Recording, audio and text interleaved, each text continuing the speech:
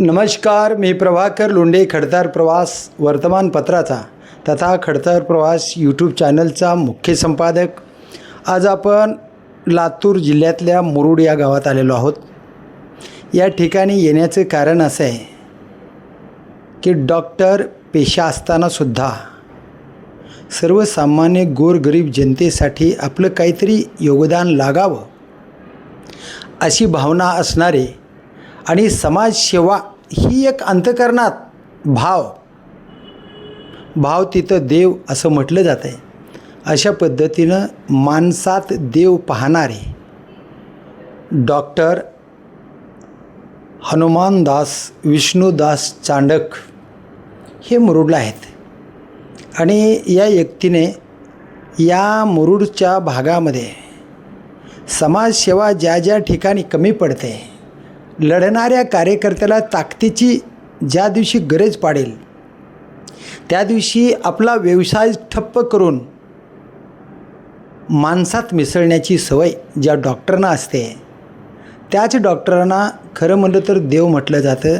आणि डॉक्टरच्या माध्यमातून आपण देव पाहिला 2020च्या कोरोनाच्या पिरियडमध्ये, मग पोलीसच्या माध्यमातून पाहिला, डॉक्टरच्या माध्यमातून पाहिला.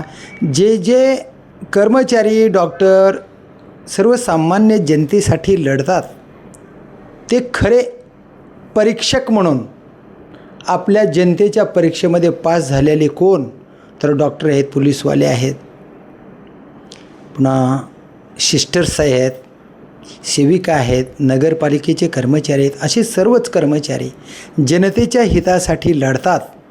तसाच एक लढवय्य योद्धा आपण मुरुडमध्ये आता पाहणार आहेत आणि त्यांच्या माध्यमातून समाजसेवा कशी असते ते आपण त्यांच्याकडून ऐकणार आहेत. आपल्यासोबत आहेत डॉक्टर हनुमानदास विष्णुदास चांडक सर. नेमकं आपण त्यांना बरेचसं काय विचारणार आहेत, पण त्यांच्याकडून जाणून घेऊया नेमकं मुरुडसाठी आपण काय केलं आहे. सर, खडतर प्रवास यूट्यूब चॅनलमध्ये आपलं सरचे स्वागत आहे. खरं म्हणलं तर डॉक्टर चॅनलच्या पुढे कमी येतात, पण तरीसुद्धा तुमची जी समाजसेवेची भावना आहे ती सगळं काय पैसाच नाही तर माणूससुद्धा माणसाला गरजेचा असतो आहे. ही जी भावना तुम्ही दाखवून दिली ती भावना रेल्वेच्या आंदोलनामधून जनतेने पाहिलेली आहे. नेमकं काय मुद्दा होता, तुम्ही आंदोलन कसं छेडलं गेलं आहे? सगळ्यांना तुमचं नाव सांगा मला. सगळ्यांना नमस्कार. मी डॉक्टर हनुमानदास विष्णुदास चांडक. मी ऑर्थोपेडिशियन आहे आणि मागील 20 वर्षापासून मुंबईहून मुरुडला येऊन प्रॅक्टिस करतो आहे. मुरुड फार सुंदर चांगलं गाव आहे. इथं काही म्हणजे काही आरोग्याच्या दृष्टीनं काही मला कमी वाटलं तर त्या हिशोबानं मी इथे आलो. इथं आल्यानंतर मागील 10-15 वर्षामध्ये मुरुडची जी स्पीड आहे वाढण्याची प्रचंड चांगली आहे. शांत गाव, संयमी गाव, त्याच्यामुळं बरेच जणं इथं स्थायिक इच्छितात. आणि मुरुडचं गतवैभव बी फार मोठं होतं. शिवाजीराव नाडे साहेब सहकार महर्षी यांच्या नावानं हे गाव आजही ओळखलं जातं. त्यांचं फार मोठं म्हणजे काम आहे आपल्या मराठवाड्यासाठी किंवा महाराष्ट्रासाठी म्हणून. तर हे सगळं चालू असताना असं लक्षात आलं की म्हणजे काकासाहेब असतानाच ज्या दिवशी आपली मुरुडला नॅरो गेजचं ब्रॉड गेजमध्ये रूपांतर झालं त्यापूर्वी आपल्याकडे मुरुडला रेल्वेचा सर्व फॅसिलिटी होत्या. म्हणजे रेल्वेचं रेस्ट हाऊस त्या काळातलं ब्रिटिशांनी बांधलेलं, रेल्वेचा जवळपास 30-40चा स्टाफ, त्यांची राहण्याची व्यवस्था. मुरुडला धक्का होता ज्या म्हणजे माझ्याकडे आता कागद आहे 1955-60मध्ये आपल्याकडे ट्रेननं सिमेंट आलेलं. म्हणजे एवढं वैभव ज्या मुरुडचं होतं रेल्वे स्टेशनचं ते 2007-08मध्ये ब्रॉडगेज झालं आणि 8ला ब्रॉडगेज झालं की सगळं ते गायब झालं. आम्ही नेहमी म्हणतो हे आमचं चोरीला गेलं. मग बरेच कारणं असतील. 2008पासूनच ज्यावेळेस ते लक्षात आलं त्याला 2010 उजळलं आमच्याकडे काहीच नाही आहे म्हणून. आणि त्यावेळेस काकासाहेब होते. ॲक्च्युली हा ब्रॉडगेज होत असताना काकासाहेबांचा फार मोठा ह्याच्यामध्ये रोल आहे. काकासाहेब नाडे ह्यांनी स्वतः उभा राहून सगळे रेल्वेचे कर्मचारी आपल्या मुरुडच्या रेस्ट हाऊसला राहायचे ब्रॉडगेज होत असताना. आणि त्याला जी काही खडी वगैरे लागत होती ती खडीसुद्धा मुरुडकरांनी म्हणजे काकासाहेबांनी पुरवली. बऱ्याच मग त्या कुठल्या हमी योजनेमधून असेल, आमच्या इथं वडर समाज बराच मोठा आहे मुरुडला, तर त्यांच्यामार्फत खडी वगैरे पुरवण्याचं कामही फार मोठ्या प्रमाणात स्वखर्चातून नाही. त्यावेळेस ते बरेच इश्यूज होते. त्यावेळेस विलासराव साहेबांमुळे ही आपल्याकडे रेल्वे आली होती ब्रॉडगेज. त्याच्यामध्ये महाराष्ट्र शासनाचं बी काही योगदान होतं. फक्त म्हणजे जी काही बेसिक इन्फ्रास्ट्रक्चर देण्यासाठी जे लागतात किंवा गावकऱ्यांचा जी सहभाग लागतो तो काकासाहेबाच्या रूपातून मिळाला होता. आणि बरेच रेस्ट हाऊसमध्ये आपले हे कर्मचारी जे रेल्वेचे आहेत ते माझ्या हिशोबाने 6 महिने वर्षभर इथं राहिले असतील. मग असा हा सगळा मुरुडकरांनी सगळा म्हणजे जे काही आपल्याला सपोर्ट करता येईल ते केला होता. आणि त्यानंतर पण काय झालं माहीत नाही, पण 2010मध्ये लक्षात आले की आपले रेल्वे स्टेशन गायब झालेलं आहे. म्हणजे आपल्याला थांबा मिळाला नाही. थांबा तर नाही, पण आमचं स्टेशनच गायब झालं. म्हणजे ज्या ठिकाणी स्टेशन असायला पाहिजे, स्टेशन मास्टर असायला, स्टाफ असायला पाहिजे, ते सगळंच गायब झालं. म्हणजे आमचा जो स्टेशनचा दर्जा जो B दर्जाचा होता तो डायरेक्ट D दर्जाचा झाला. का झाला, कसं झालं माहीत नाही, पण असं बी एक कागदावर तर पाहिलं नाही, पण रेड झोन होता असं कळालं. आता रेड झोन का झाला माहीत नाही. एक शांत संयमी गाव, पण माहीत नाही कशामुळे झालं. तर जे काही झालं ते मग त्याच्यानंतर लढे चालू झाले. 2010पासूनचे लढे चालू होते. मग 2010पासून वेगवेगळ्या पक्षांनी, इवन स्वतः काकासाहेबांनी लढा लढला, सर्व पक्षांनी मिळून लढा लढला. हे चालू सर्व पक्षांनी नाही म्हणेल मी, पण वेगवेगळ्या पक्षांनी वेगवेगळ्या वेळेस लढला. मग त्यानंतर असं लक्षात आलं की आता म्हणजे हा कुठेतरी विषय अडकला आहे आणि आता रेल्वे ॲक्च्युली भारतभर बरीच सुसाट धावायला चालू झाली. काय थांबणार. तर ते लक्षात आल्यावर असं वाटलं की आता आपल्याला काहीतरी करावं लागेल. कारण आपण जर पाठीमागे राहून गेलो, म्हणजे जे लहान लहान स्टेशन आहेत ते सुद्धा डेव्हलप झाले, परंतु मुरुड ज्याचा हक्क आहे, ज्याचं पोटेन्शियल आहे, त्या प्लेसचा हक्क गावाला न्याय मिळत नाही. लक्षात. मग मला असं वाटलं की आता आपल्याला काहीतरी करावं लागेल, मूठ बांधावं लागेल मुरुडची. आणि मग आधी सुरुवातीला मी 2023-24मध्येच लोकसभेच्या इलेक्शनच्या आधीच BJP प्रकोष्ठमध्ये गेलो. रेल्वे प्रकोष्ठ त्यावेळेस सुरू झालं होतं. मग त्यावेळेस संभाजीनगरच्या वाऱ्या झाल्या. त्यावेळेस बऱ्याच म्हणजे वरच्या लेवलपर्यंत सगळ्यांशी पाहण्यात आलं. मग त्यात BJP प्रकोष्ठचे वर्मासाहेब असतील मुंबईचे किंवा नागपूरचे काही लोक असतील. मग ह्या सगळ्या गोष्टी पाहिल्यानंतर असं लक्षात आलं की आपल्याला आता इझिली काही मिळणार नाही आहे आणि त्यासाठी आपल्याला आंदोलन करावं. कारण त्यावेळेस खासदार साहेब होते. खासदार साहेबांनी माझ्यासमोर DRM साहेबांना बोलले. मग हे सगळं झाल्यानंतर आमच्या हक्काच्या कोविडच्या आधी आमच्याकडे 2 कोणते खासदार, आपले श्रंगारे साहेब. तर काय झालं होतं, कोविडच्या आधी तरी कमीत कमी आमच्याकडे 2 ट्रेन थांबायच्या, ज्या डेमो गाड्या आहेत. ज्याच्यामध्ये डेमो गाड्या म्हणजे एक आहे आपली निजामाबाद पंढरपूर आणि दुसरी आहे परळी मिरज. तर ह्या दोन्ही गाड्या डेमो गाड्या ॲक्च्युली लहान लहान स्टॉपला थांबतात. पण ही गाडीसुद्धा कोविडच्या नंतर मुरुडला गायब झाली, बंद झाली. म्हणजे मुरुडच्या तोंडाला पाणी पोचलं, सगळंच गायब. म्हणजे जे कोविडच्या नंतर काहीच नाही, स्टेशन बी गायब, रेल्वे गायब, काहीच नाही. आणि ॲक्च्युली खरं सांगायचं म्हणलं तर गव्हर्नमेंटची कुठली जागा अशी ओसाड झाली की त्या ठिकाणी नंबर 2च्या कुठल्या ॲक्टिव्हिटी वाढतात. असं आमच्या गावचं जे वैभव होतं ते सगळं नष्ट झालं. मग त्याला काय केलं तुम्ही नेमकं? मग हे श्रंगारे साहेबांनी त्यावेळेस मदत केली आणि मग त्यावेळेस माझं कम्युनिकेशन दिल्लीपर्यंत राहायचं. त्याच्यानंतर त्यावेळेस PA साहेबांचे होते कारभारी म्हणून. मग त्यांनी आणि तिथं जे ही आहेत आपले अश्विन साहेबांचे PA यांच्याशी कम्युनिकेशन करून त्यावेळेस बरेच पत्रव्यवहार करण्यात आले. संभाजी पाटील साहेबांचे पत्रव्यवहार असतील, इथं आमचे राऊत साहेब आहेत, त्यांनी बरेच प्रयत्न केले. अशा सगळ्यांच्या प्रयत्नातून त्यावेळेस मग ह्या ज्या 2 गाड्या बंद झाल्या होत्या, कमीत कमी इलेक्शनच्या आधी एक 15 दिवस आधी त्या 2 गाड्या मिळाल्या. त्यावेळेस आमचा फार प्रयत्न होता की मुंबई गाडी मिळाली आम्हाला, CST, आणि हरंगुळ गाडी मिळावी. पण आम्हाला त्या मिळाल्या नाहीत आणि लोकसभेच्या इलेक्शनच्या आधी आम्हाला त्या 2 गाड्या मिळाल्या. आणि तेवढं मग फक्त यश मिळालं.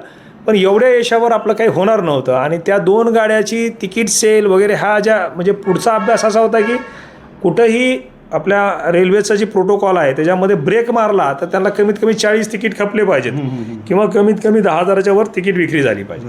मग ह्या दोन्ही गोष्टी ह्या 2 गाड्यात होणार नव्हत्या. आणि आपल्याला जोपर्यंत आपली जी नस आहे ती पंढरपूर आहे वारकरींच्यासाठी किंवा कोल्हापूरकडं नाही आहे, तर जी काही तिकीट विक्री होती ती फक्त पंढरपूरपुरती होती. आणि बाकी त्याचा काही जास्त फायदा होणार नाही. तर आपल्या मराठवाड्याची जी नाळ आहे ती मुंबई पुण्याशी आहे. त्यामुळे मुंबई पुण्याची गाडी आपल्याला मिळाल्याशिवाय आपलं जे पोटेन्शियल आहे ते कागदावर दिसणार नाही हे लक्षात आलं होतं. आणि हे सगळं जर करायचं असेल तर रेल्वेच्या प्रोटोकॉलमध्ये आपण डी दर्जाचे रेल्वे स्टेशन असताना कुठलीही आपल्याला गाडी मुरुडला थांबणं नियमात बसणार. कारण हे एक दुष्टचक्रात आम्ही मुरुड अडकलं होतं. प्लॅटफॉर्म नाही आहे, GM साहेबाकडे साईला गेलं की प्लॅटफॉर्म नाही, रिस्क कोण घेणार, गाडी कॅन्सल. आणि काही डेव्हलपमेंट काही तिकीट विक्री नाही आहे, मग डेव्हलपमेंट कशाला करायचं, खर्च कशासाठी करायचा, असं करून त्या प्लॅटफॉर्मचं बी डेव्हलपमेंट होत नव्हतं. मग ह्या चक्राला जर ब्रेक करायचं असेल तर आपल्याकडे एकच मार्ग होता, त्याचं नाव होतं जनआंदोलन. लोकशाहीमध्ये जनआंदोलनाची फार मोठी ताकद आहे. आणि मग ह्या जनआंदोलन म्हणजे सगळे म्हणजे श्रंगारे साहेब झाले, पुन्हा लोकसभेचं इलेक्शन झालं, ह्या सगळ्या गोष्टी बघितल्यानंतर असं लक्षात आलं की जनआंदोलनाशिवाय आता पर्याय नाही आहे. मग गावामध्ये सगळ्यांशी भेटीगाठी चालू झाल्या. सर्व पक्षीय लोकांना सगळ्यांना भेटलो मी. आणि माझ्याबरोबर सगळेजणच होते. अंकुश नाडे सर आहेत, आमचे शिवलिंग चौधरी आहेत, स्वतः संजूबाबा आहेत, नाडे आहेत, किंवा विकास आहे, असे बाहिती साहेब आहेत, असे बऱ्याच जी टीम आहे हे आम्ही सगळ्यांना भेटीगाठी चालू केल्या. मग ह्या सगळ्यांच्या भेटीगाठी आणि मग त्यांना असं आपल्याला हे सगळ्यांना तरी माहीत होतं की आपला रेल्वेचा हक्क आपल्याला पाहिजे. तुम्ही मध्यंतरी 15 ऑगस्ट 2025ला जन आंदोलन 15 ऑगस्टचा झेंडावंदन केला अशी माहिती मिळते. मग कसा केला होता तो, काय होता? हां, तर ते जनआंदोलन जो करायचा तारीख मग आम्ही ठरवली. आम्ही ह्याच्यापूर्वी एक 4 लेनसाठी आपल्या लातूर एडशीच्या 4 लेनसाठी त्याच्यापूर्वीची 15 ऑगस्ट तारीख उडवली. आम्ही आता लोकशाही मार्गाने जर चालायचं तर आमच्यासाठी हे लक्षात आलं की आपल्याला जर मागायचं असेल तर आपला स्वातंत्र्य दिना दिवशीच आपण मागू. आपला हक्क काय आहे ते प्रशासनाला म्हणजे आपल्याला मागण्याची आम्हाला योग्य वेळ जी वाटली ती 15 ऑगस्टच वाटली. मग त्यासाठी आम्ही 15 तारीखच निवडली आणि 15 तारखे दिवशी आम्ही झेंडावंदन करायचं ठरवलं. मग आमचा पत्रव्यवहार सिस्टमशी चालू झाला, DRM ऑफिसशी चालू, GM साहेबापर्यंत आम्ही पोहोचलो. आणि ह्या सगळ्या पत्रव्यवहारामध्ये आम्ही आधी ठरवलं होतं की आम्ही झेंडावंदन आहे जे आहे ते इथंच करणार. 15 ऑगस्ट या तारखेची दखल घेतली म्हणायचं. मग म्हणजे 100% भारत स्वतंत्र 1947ला झाला, 15 ऑगस्ट 1947ला. म्हणजे या दिवसाचं औचित्य साधून तुम्ही आंदोलन छेडलं आणि निश्चित तुम्हाला न्याय मिळाला. कसा मिळाला नेमकं? 15 ऑगस्टच्या पूर्वी बऱ्याच बैठकी झाल्या आणि मग बैठकीमध्ये आम्हाला आश्वासन देण्यात आलं की आता आपण थोडं आंदोलन मागे घ्यावं आणि आंदोलन जर मागे घेतलं तर आम्ही तुम्हाला नक्की गाड्या देऊ. पत्र दिलं? हां, तसं तोंडी 2-3 दिवसापूर्वीच म्हणजे 15 ऑगस्ट 12-13 तारखेलाच आपल्या मुरुड रेस्ट हाऊसमध्ये त्याचं बैठक झाली. आणि बैठकमध्ये आम्हाला आश्वासन दिलं की आता आम्ही असा एक 47 कोटीचा प्रस्ताव वर GM साहेबाकडे पाठवला आहे आणि मुरुडला जे काही वैभव आहे ते मिळवण्यासाठी आम्ही नक्की प्रयत्न करू. मग ते झाल्यानंतर आम्ही जे झेंडावंदन जे रेल्वे स्टेशनवर करणार होतो ते आम्ही न करता आम्ही आमच्या जागेमध्ये स्थगित नाही केलं, आम्ही झेंडावंदन केलं. आम्ही प्रशासनाला आम्हाला दाखवून द्यायचं होतं की लोकांची किती गरज आहे. 14 तारखेला रात्रभर पाऊस पडत होता आणि 15 तारखेला सगळीकडे पाणी होतं. साल कोणतं होतं? 2025. म्हणजे जर 2025ला सगळीकडे पाऊस झाला. आम्ही असं ठरवलं की आपण आपलं जे झेंडावंदन आहे ते आता आंदोलन न करता शांततामय वातावरणामध्ये आपल्या जागेमध्ये रेल्वे स्टेशनच्या समोर झेंडावंदन करू. हा उद्देश हा होता की फक्त आपल्याला प्रशासनाला दाखवायचं की जनता किती, म्हणजे मुरुड एक लहान गाव नसून फार मोठं. जनआंदोलनामध्ये किती लोक असायचे? मी मोजली तर नाहीत पण त्या अंदाजे नक्कीच 10,000पेक्षा जास्त लोक होते. पूर्ण म्हणजे रस्ते असे जे काही लोक सांगतात की आपल्या मुरुड बसस्टँडपासून रेल्वे स्टेशनपर्यंत पूर्ण माणसं होती. म्हणजे प्रत्येकाच्या जिव्हाळ्याचा आणि जिव्हाळ्याचा प्रश्न होता हे लोकांनी परत दाखवलं आहे. 15 ऑगस्ट जनआंदोलन झाल्यानंतर आम्हाला लवकरच 1 महिन्याच्या आत हरंगुळ गाडी मिळाली. हरंगुळ गाडी म्हणजे आमच्या जीवाभावाची गाडी, पुण्याला जाणारी गाडी. ही गाडी आम्हाला भेटल्यानंतर आजच्या तारखेमध्ये आत्तापर्यंत आता मी बऱ्याचदा ते माहितीच्या अधिकाराखाली प्रशासनाला विचारलं आहे की तिकीट विक्रीचं काय. कालचं गेल्या महिन्यातलं आमचं जनरलचं तिकीट विक्री 2.25 लाख रुपयाचं आहे आणि माझ्या अंदाजानं स्लीपरची AC जी तिकीट विक्री काढली तर कमीत कमी 5-7 लाख रुपये. म्हणजे आमचं मुरुड रेल्वे स्टेशनचं तिकीट विक्री अंदाजे 10 लाख रुपयाच्या आसपास घरात आहे. आणि हा जो आकडा आहे हा जनतेचा आकडा आहे, ही जनतेची गरज होती. हा आकडा धाराशिवच्या बरोबरीनं आणि बार्शीपेक्षा जास्त 100% असेल असा माझा अंदाज आहे. कधी मिळालं तुम्हाला हे रेल्वे स्टेशन पुणे हरंगुळ? ही गाडी आम्हाला आंदोलन झाल्यावर म्हणजे सप्टेंबरला मिळाली. आम्ही दुसरं आंदोलन लगेच सप्टेंबर 2025. आम्ही सप्टेंबरमध्ये आपल्या मराठवाडा मुक्ती दिनाच्या दिवशी परत आम्ही आंदोलन करत आहोत. त्याच दिवशी आम्हाला ती गाडी मिळाली. आता तुमचं सप्टेंबर स्टेशन झाले का तुमचं आता? तर आता आमचं मुरुड रेल्वे स्टेशन आता बघा, एवढी तिकीट विक्री फक्त 100 फुटाच्या प्लॅटफॉर्मवरून आहे. अरे बापरे. आणि म्हणजे 100 फुटाचा आत्ता म्हणजे हे निघालं आहे, आपलं टेंडर निघालं आहे. आम्हाला हे जे रेल्वेचं प्लॅटफॉर्म आहे ते आता 550 मीटरचं आणि हाय लेवलचं होणार आहे. म्हणजे धाराशिवचं किंवा आपलं लातूरचं जेवढं प्लॅटफॉर्म आहे तेवढं प्लॅटफॉर्म मिळणार आहे. ही आमची पहिली म्हणजे दुसरी सफलता म्हणून. पहिल्यांदा आम्हाला ट्रेन मिळाली. मला एक प्रश्न विचारायचा डॉक्टर साहेब, की या जन आंदोलनामध्ये सगळ्या पक्षाचे, राजकीय पक्षाचे नेते होते का? हो, 100%. आणि सर्व पक्ष आंदोलन ते श्रेय लाटण्यासाठी होते का जनतेचं हित करावं? नाही. हे आमचं मुरुडचं एक वैशिष्ट्य आहे. हे सर्वजण जनतेसाठी होते.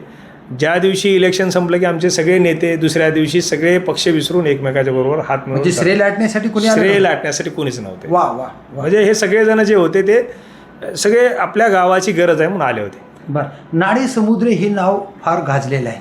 त्या कुटुंबातले काही लोक होते का? हो, दादा होते ना, दादा होते त्या ठिकाणी. समुद्रे फॅमिली जी त्यावेळेस जे तुम्ही म्हणता ना, ते कारखान्याचं तेरणा फॅमिलीसाठी, ते तेरणा कारखान्यासाठी समुद्री फॅमिली आमची जास्त आहे इथे कुठे बोरगावला वगैरे. ती सुद्धा सगळी फॅमिली होती. म्हणजे फक्त मुरुडच नसून तर सर्व पंचक्रोशीतील सगळेजण होते. म्हणजे आपलं नायगाव बोरगावचे समुद्री फॅमिली वगैरे जे आहेत, सध्या सरपंच वगैरे तेच आहेत, तर ते सुद्धा होते. म्हणजे सर्वजण मुरुड पंचक्रोशीतून सर्व लोक आली होती. आता काय भावना आहे बरं, अजून काय डेव्हलपमेंट करावं वाटते मुरुडला, की आज तुमच्यासारखा एक डॉक्टर पुणे, मुंबई, ग्रामीण भागात झालेले डॉक्टर, तयार झालेले doctor Pune, Mumbai, America, foreign, London इकडं जाऊन त्याचा व्यवसाय वाढवून अब्जावधी रुपये कमवण्याचा एक ध्यास त्यांना लागतो. पण तुम्ही मायदेशी आणि ग्रामीण भागामध्ये डॉक्टरकी करतात. काय संकल्प आहे तुमचा? ती माझ्या आईवडिलांची इच्छा होती, ते मी इथं यावं म्हणून. माझ्या आजीची इच्छा होती आणि त्या दृष्टीनं मी इथं आलो. बरं, आलं त्याला डॉक्टरी पेशा सोडून जनतेची सेवा करण्याचं जे मन आहे ते फार कमी डॉक्टरकडे दिसतंय आणि ते तुमच्याकडे दिसतंय. काय संकल्प आहे बरं, तुम्हाला काय वाटतंय? बघा, मी डॉक्टर असताना, एक ऑर्थोपेडिक सर्जन असताना मुरुडमध्ये एक मल्टी स्पेशालिटी हॉस्पिटल चालवतो मागल्या 20 वर्षापासून. आणि आम्ही अप्रतिम काम करतो. आम्ही सर्व सुपर स्पेशालिटी सर्जरीसुद्धा मुरुडला करतो. आमच्यापर्यंत जे काही आम्हाला मेडिकली देता येतं ते आम्ही सगळं देतोच. पण हे देत असतानासुद्धा ज्या काही खंती असतात किंवा काही गोष्टी आपल्याला वाटतात, आपल्या डोळ्याला ज्या दिसतात की बाबा इथं जळा लागलं आहे किंवा इथं आपली गरज आहे, तर त्या ठिकाणी उभारणं मला गरजेचं वाटलं आणि म्हणून ह्या आंदोलनामध्ये मी उभा राहिलो. काय डॉक्टर, बरेचसे पेशंट तुमचे मला गाठ पडले शहरामध्ये की आम्हाला ईश्वर रूपी डॉक्टर चांडक दिसतात, असं काही लोकांचं मत आलं. कारण मी म्हणलं त्यांना कसं काय, नेमकं काय भानगड आहे, तर म्हणजे कोरोनाच्या पिरियडमध्ये आम्हाला वाचवण्याचं काम इथून झालं. बरेचशा डॉक्टरच्या लोकांचं असं मत आहे की जी शिबिरमध्ये सुद्धा लोक दगावले गेले. आता दगावले, पण तुमचा जेवढा प्रयत्न आहे तेवढा प्रयत्न करून तुम्ही माणसं वाचवले आणि तुमचं लोक नाव घेतात. काय वाटते, तुमच्या मनाला काय वाटतं ह्याविषयी? बघा, कोविड काळ तर जगासाठीच खराब होता, आपल्यासाठी तर फार खराब होता. आणि मुरुडसारख्या ग्रामीण भागामध्ये ज्या ठिकाणी बरेच फिजिशियनची तुटवडा होता, त्यावेळेस डॉक्टर्सची संख्या कमी होती. आणि त्यामध्ये मला असं वाटलं की ऑर्थोपेडिक सर्जन राहूनसुद्धा आपल्याला इथं उभं राहावं लागेल. पहिल्या फेजमध्ये आम्ही काही फिजिशियनचं बॅकअप घेऊन एक हॉस्पिटल उभा केलं होतं आणि त्याचा एक अनुभव आला होता ह्या आजाराला नीट करण्याचा. आणि त्या अनुभवाचा फार मोठा फायदा मला सेकंड फेजमध्ये आला. त्यावेळेस स्वतः अमित भाई इथं आले होते. आपल्या ग्रामीण रुग्णालयामध्ये मीटिंग घेतली होती. मुरुड म्हणजे फार हायेस्ट होतं मुरुड ह्याच्यामध्ये. त्या दिवशी मी तिथं उभा राहून, मलाही त्या दिवशी कोविड झाला होता, तरी मी ती मास्क वगैरे घालून डिस्टन्स मेंटेन करून. तुम्हाला सुद्धा झाला होता? त्यासुद्धा. आणि मी त्या ठिकाणी सरांना विनंती केली होती की आम्हाला एखादा फिजिशियन सरकारीमधून उपलब्ध करून द्यावा. पण त्यावेळेस फार म्हणजे कठीण समय होता. आणि त्या कठीण समयामध्ये मग असं वाटलं की आपल्याला आता पर्याय नाही आहे, आपल्याला लढावं लागेल. मग आम्ही सगळे डॉक्टर लोकांच्या, माझी जी काही टीम आहे ते टीम घेऊन आम्ही लढलो. एक 30 बेडचं हॉस्पिटल आणि माझं स्वतःचं हॉस्पिटल त्या दुसऱ्या दिवशीपासूनच केलं. इथं एक 40-50 बेड आणि तिथं 30, असं जवळपास 70-80 पेशंट आम्ही कोविडमध्ये, ज्याच्यामध्ये कमीत कमी 20 पेशंट ऑक्सिजनवर राहायचे. 2 गाड्या आमच्या ऑक्सिजनसाठी चालायच्या. आणि आम्ही एक प्रयत्न केला, एक अप्रतिम प्रयत्न केला आणि त्याच्यातून आम्ही फार म्हणजे जे काय आम्हाला देता आलं ते फार चांगल्या पद्धतीने दिलं. आमचा जे काही जो मॉर्टॅलिटी रेट होता तो फार म्हणजे नगण्य होता, म्हणजे फार कमी होता. आमच्याकडे सी स्कॅनची सोय नव्हती. सी स्कॅन करून यायचं म्हणलं तर तो पेशंट तेवढा वेळ तग गेल्याची गॅरंटी नव्हती. अशा अवस्थेमध्ये आम्ही बिना सी स्कॅनचा स्कोअर न बघता आम्ही आमच्या पद्धतीनं जे आम्हाला देता येतं त्या पद्धतीनं आम्ही देऊन ते बरंच म्हणजे आम्ही फार चांगलं काम केलं आम्ही त्याच्यावर. आता जनआंदोलनाच्या बाबतीमध्ये तुम्हाला पुणे हारंगुळ रेल्वे स्टेशन मिळालंच असं ग्राह्य धरू आपण. पुढचा संकल्प काय रेल्वे आहे? मिळाली आपल्याला स्टेशन. तुम्हाला पुढचा संकल्प कसा आहे? जन आंदोलनामध्ये सहभागी जे झालेले लोक होते त्याच्याबद्दल तुम्हाला काय वाटतंय आणि तुमच्या पाठीमागे एवढी ताकद लोकांनी उभा केली याबद्दल तुम्ही लोकांना काय संदेश देणार? बघा, जनता सगळ्यात महत्त्वाचं तर ह्याच्यामध्ये जे काय आहे ना लोकशाहीमध्ये ती आहे जनता. एक गोष्ट तर फार म्हणजे प्रामुख्यानं इथं सांगावीशी वाटते की बोलावं लागेल जनतेला. ज्या कुठं अडचणी आहेत त्या बोलावं लागेल. दुसरं कुणीतरी बोलेल किंवा दुसरं कुणीतरी करेल असं नाही चालणार. आणि हे मुरुडकरांनी दाखवून दिलं.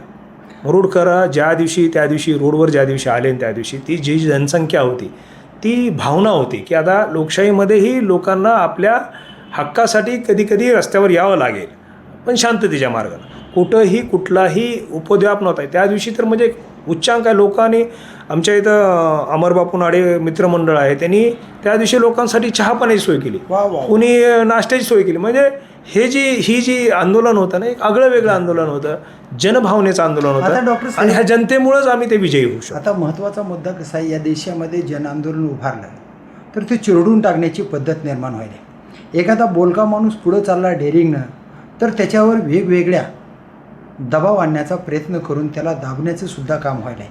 म्हणजे या देशामध्ये आत्ताच्या काळामध्ये वास्तव चित्र आहे. हे मी बोलतो म्हणून नाही, कारण जनतेमधून दिसायला तसं. जर असा प्रकार होत असेल तर तुम्ही या लोकशाहीच्या गळा गोठणाऱ्या माणसांना तुम्ही काय संदेश देणार आणि जनतेनं कसं उभारलं पाहिजे? आता मी ह्या गोष्टीपर्यंत पोहोचलो नाही, तुम्ही जो मुद्दा मांडला तो परंतु माझ्यासाठी मी कसा एक पॉझिटिव्ह पर्सन आहे. मी जर समजा आपण फारच एकदम सगळ्या गोष्टी निस्वार्थपणे जर करत असाल तर आता किती जण म्हणजे कशासाठी अंगावर येतील? आणि माझा काही स्वार्थच नसेल माझा तर शेवटी कशासाठी अंगावर येतील तुमच्या? मला काही खुर्चीच नाही पाहिजे किंवा आपल्याला काही पाहिजेच नाही आहे, हा जर भाव ठेवला आपण आणि त्या भावातून जर सगळ्यांनी म्हणजे बघा राजकीय ह्याच्यामध्ये मला असं वाटतं की शेवटी आज जे कोणी नेते आहेत किंवा जे कोणी आहेत त्यांच्याकडे सगळ्या गोष्टी आहेत. बाकी गोष्टी इकॉनॉमीचा गोष्टी जर सगळ्यांनी जर बाजूला टाकला, आज एवढा मानपान आहे आपल्याला ह्या खुर्चीवर बसून, तर जर समजा सर्व नेत्यांनी जर असं ठरवलं की आपल्याला इकॉनॉमी नाही पाहिजे आणि जनतेने ठरवलं की आपल्याला इलेक्शनच्या टायमाला पैसे नाही पाहिजे, निस्वार्थीपणाने तर काहीतरी चांगला मार्ग निघेल. नाही तर तुम्ही जे म्हणतायत ना ह्या अशा म्हणजे ह्या भावना आपल्या देशासाठी चांगल्या नाहीत कुठल्या. आता सगळं म्हणजे तुम्ही जे म्हणालात की काय म्हणालात की आता असं व्हायला लागलं आणि तुम्ही काहीतरी होत असताना किंवा जळत असल्याशिवाय थोडंच बोललात. मग हे जर जळायचं होऊ द्यायचं नसेल तर असे भाव लोकांमध्ये तयार व्हायला पाहिजेत, तसे नेते बी तयार व्हायला पाहिजेत. मग आपल्या देशाचं हे जे बहुआयामी बहुसंस्कृतीचा आपला जे देश आहे, म्हणजे दर 50 किलोमीटरला भाषा बदलणारा किंवा हे सगळे आपण कसे एकदम जुळून आहोत तरीसुद्धा हे सगळे एकदम म्हणजे फार जास्त आनंदात राहू. आपला जो आनंदाचा इंडेक्स आहे ना आज सुद्धा जगात चांगला आहे असं मी मानेल. आज म्हणजे मी आता माझे काही मित्र युरोपमध्ये बी आहेत किंवा अमेरिकेत बी आहेत, आपण अजून फारच चांगले आहोत आणि फार चांगलं चाललं आहे आपलं. ह्याच्यामध्ये अजून ह्या गोष्टी तुम्ही ज्या सांगितल्यात त्याच्यामध्ये जे आहे तर हे जर समजा आपण कुठं थांबवण्यासाठी यशस्वी झालो आणि असं सगळ्यांनी प्रयत्न केला तर काही चांगलं होऊ शकतं. बरं, आता शेवटचा प्रश्न असा आहे, आपल्या मुरुड या गावासाठी प्रगती तर अपेक्षितच आहे, पण अजून मोठ्या प्रमाणामध्ये प्रगती करण्यासाठी तुमच्या मुरुड जनतेला काय आव्हान करणार आणि आंदोलनामध्ये कशा पद्धतीनं आपल्या मुरुड गावाचा विकास करण्यासाठी सहभागी व्हावे लागेल वेळोवेळी आणि आलेल्या आंदोलनकाचं कसं आभार मानणार? फार महत्त्वाचा आहे हा विषय. ॲक्च्युली मी हे पाहिलं मुरुडमध्ये सुरुवातीला आम्ही ज्यावेळेस मीटिंग घ्यायचो ना फक्त मोजके 7-8-10 माणसं राहायचे. पण ज्या दिवशी जनआंदोलन झालं ना, त्या दिवशी जनता जी रोडवर आली ना, ती फार म्हणजे मोठ्या संख्येनं आली. म्हणजे असं वाटलंही नाही आम्हाला की इतके मोठ्या संख्येनं लोक येतील. तर हा जो भाव आहे ना जनतेचा, हा ठेवावा लागेल. म्हणजे आपण कितीही बिझी असाल, काही असाल, कितीही काम करत असाल, तर आपल्याला जनतेसाठी, आपल्या गावासाठी, आपल्या विकासासाठी काही वेळ, थोडा वेळ आपल्याला काढावा लागेल. कितीही काम असेल तर आपल्याला असं म्हणता येणार नाही की दुसरं कोणी चाललं आहे, मी कशाला जाऊ, होईल की, कोणीतरी करेल की, असं म्हणण्यापेक्षा प्रत्येक जी काही जनतेसाठी लागणाऱ्या गोष्टी आहेत, जसं आमच्या गावात अजून रस्त्याचे विषय आहेत, नगरपालिका होणं गरजेचं आहे, तर किंवा कचरा व्यवस्थापनाचा विषय आहे अजून, तर हे काही ह्या लहान लहान गोष्टी ज्या आपल्याला बेसिक आहेत. म्हणजे रोज आपण त्यांना लिहून उड्या मारून जायचं, पण आपल्याला 1-2 तासासाठी एका आंदोलनात नाही जायचं असं नका करू. आपण आपण जे मागे आंदोलन करून मुरुडचं एक नाव उंच केलं आहे, तसंच आपल्याला भविष्यामध्येही आपल्याला काही गोष्टी कराव्या लागतील. त्यासाठी आपण सगळेजण मिळून प्रयत्न करू. तर हे आहेत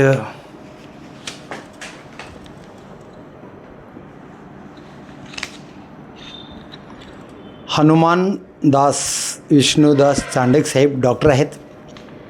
जन आंदोलनाचा फरक कसा पडतो आणि गावाचा विकास कसा होतो, हे काही न्यायालयामध्ये प्रकरण घातल्यानंतर आपल्याला न्याय मिळाला असा भाग नाही. जनतेचं न्यायालय हे सर्वात मोठं न्यायालय आहे, हे मुरुडमध्ये दाखवून दिलं डॉक्टर हनुमानदास विष्णुदास चांडक आणि त्यांचे सगळे सहकारी आणि मुरुडचे सगळे राजकीय पक्ष, या पक्षातले नेते एकत्र आले. स्वार्थ बाजूलाच ठेवून, पक्षाचे जोडे बाजूला ठेवून एकत्र येण्याचं काम मुरुडमध्ये झालं. आणि या जन आंदोलनाच्या रेट्यामुळे पुणे हरंगुळ नावाची गाडी आपल्याला मुरुडला मिळाली आणि एक चांगल्या प्रकारचं दर्जेदार स्टेशन मुरुडला होणार आहे. आणि चांगल्या पद्धतीनं मुरुडला तालुक्याचा दर्जा मिळावा म्हणून सुद्धा काही आंदोलन झालेले आहेत. निश्चितच असा जर मुरुडचा दर्जा वाढला तर मुरुड आपल्याला तालुक्याच्या स्वरूपात निश्चित लवकरात लवकर आपल्याला पाहायला मिळणार आहे. अशीच ही जन आंदोलन वारंवार मुरुडसाठी होणार आहे.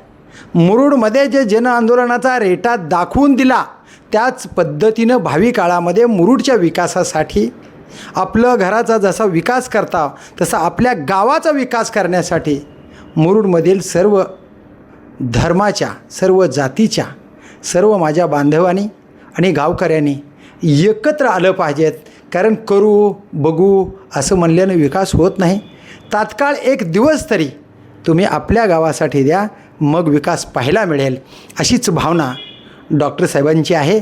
तर बघूया येणाऱ्या काळामध्ये लातूर जिल्ह्यातलं मुरुड हे गाव तालुक्याच्या रूपामध्ये आणि विकासाच्या माध्यमातून एक शुभलाम शुभलाम शेषी श्यामला असं गाव कशा पद्धतीनं होईल येणाऱ्या काळात, तेच पाहूया येणाऱ्या काळात. मी प्रभाकर लोंढे, खडतर प्रवास वर्तमानपत्राचा तथा खडतर प्रवास यूट्यूब चॅनलचा मुख्य संपादक. या चॅनलला सबस्क्राईब करा, शेअर करा, लाईक करा. आपले विचार कमेंट बॉक्समध्ये नोंद करा. ज्याचा हेतू साफ त्याला यश आपोआप, हीच भावना डॉक्टर साहेबांची आहे. ती प्रत्येकाची भावना अशी व्हावी आणि मुरुडचा विकास व्हावा, एवढीच अपेक्षा. धन्यवाद मुरुडकर, धन्यवाद लातूरकर. जय हिंद, जय महाराष्ट्र. धन्यवाद.